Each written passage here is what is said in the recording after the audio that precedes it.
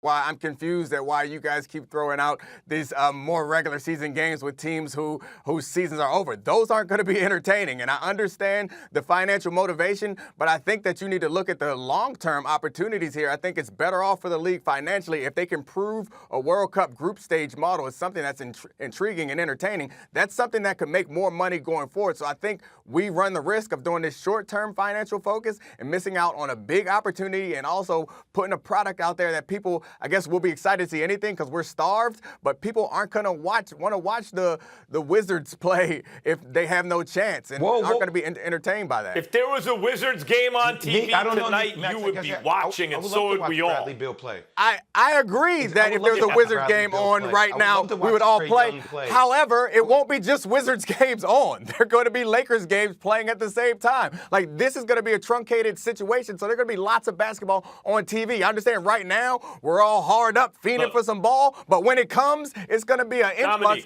and I'm not sitting down to watch the Lakers and then going to sit down. I'm in Washington. I want to be a Wizards fan, but I don't want to watch them play if there's an option to watch another good team.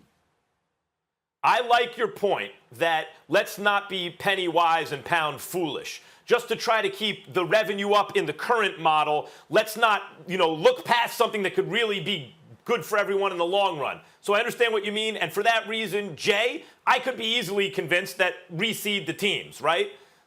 You have to understand, like let's just keep in mind, the salary cap, everything is based on revenues. Like, this is going to have a long-term impact on the finances of the league going forward as is. So I think if you can get the thing I like about the regular season, let's say another half dozen games, is not just that it helps with the revenue and all that stuff and pays the players. It's that it gets the playoff teams in some kind of shape to actually play playoff basketball. I do like the idea of the World Cup idea or a play-in tournament even after you play those 6 games, because the one issue the NBA has as a result of the best team always winning a best of 7 is we kind of know what to expect. This year, we don't know what to expect. So why not tinker a little bit and see if some randomness, some chaos can be injected into an NBA postseason, giving it the one thing maybe it lacks. Still, I think half a dozen regular season games, followed by a play-in tournament for those bubble teams, and then let's get to the playoffs. Nick, I like you. One quick point I will say.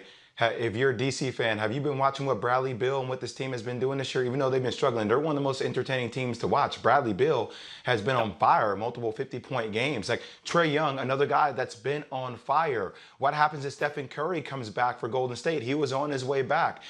All I'm saying, I'm just posing the other side of the equation here, that there are still individual players that can do magnificent things that I think after not having basketball in 2.5 months, it would be incredible to sit back in that local market and watch your guy. A basketball fiend. You're fiending your hard up for some ball. You're just hard up for any basketball right now. There we go. Yes. Yes.